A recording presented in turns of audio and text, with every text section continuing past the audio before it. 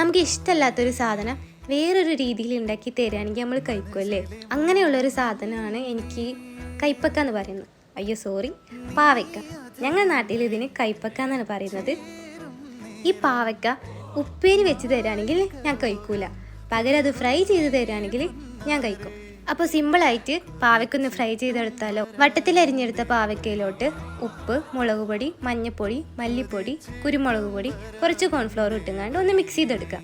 ഇതൊരു 5 മിനിറ്റ് നേരം റെസ്റ്റ് ചെയ്യാൻ വെച്ചതിന് ശേഷം ഒരു പാൻ എടുത്ത് അതിൽ വെളിച്ചെണ്ണ ഒഴിച്ച് കറിവേപ്പിലിട്ട് ഓരോന്നായിട്ട് നിരത്തി വെച്ച് കൊടുക്കാം. ഒരു ഭാഗം കുക്കായി വരുമ്പോൾ നമുക്ക് തിരിച്ചിട്ട് കൊടുക്കാം. അങ്ങനെ തിരിച്ചും മറിച്ചും ഇട്ട് കൊടുത്ത് കഴിഞ്ഞാൽ നമ്മളെ പാവക്ക ഫ്രൈ ഇവിടെ റെഡി ആയിട്ടുണ്ട്. ഈ പാവക്ക ഫ്രൈയെ ചോറിൻ്റെ കൂടെ മാത്രമല്ല കേട്ടോ, ഈ വൈകുന്നേരത്ത് നമ്മൾ കട്ടൻ ചായ കുടിക്കൂലേ, അതിൻ്റെ കൂടെ ഒന്ന് ട്രൈ ചെയ്ത് നോക്കി. നല്ല അടിപൊളി ടേസ്റ്റാണ്. അപ്പോൾ എങ്ങനെ, വീട്ടിലൊന്ന് ഉണ്ടാക്കി നോക്കല്ലേ?